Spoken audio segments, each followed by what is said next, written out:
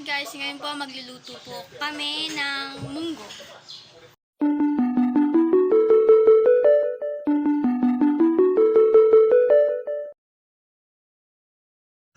Pakuluin ang munggo. Tanggalin ang balat ng munggo pag malambot na. Igisa ang bawang, sibuyas, at kamatis. Ilagay ang leeg ng manok. Sangkutsahin hanggang maluto ang manok. Isalin ang ginisang manok sa pinakulaang munggo.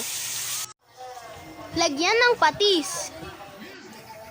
Pwede ring seasoning at dahon ng ampalaya. Pakuluin ng 2 minutes at luto na. Pwede nang ihain ang munggo.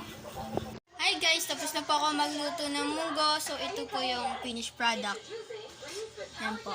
Thanks for watching guys. Yun lang po, subscribe po kayo dito.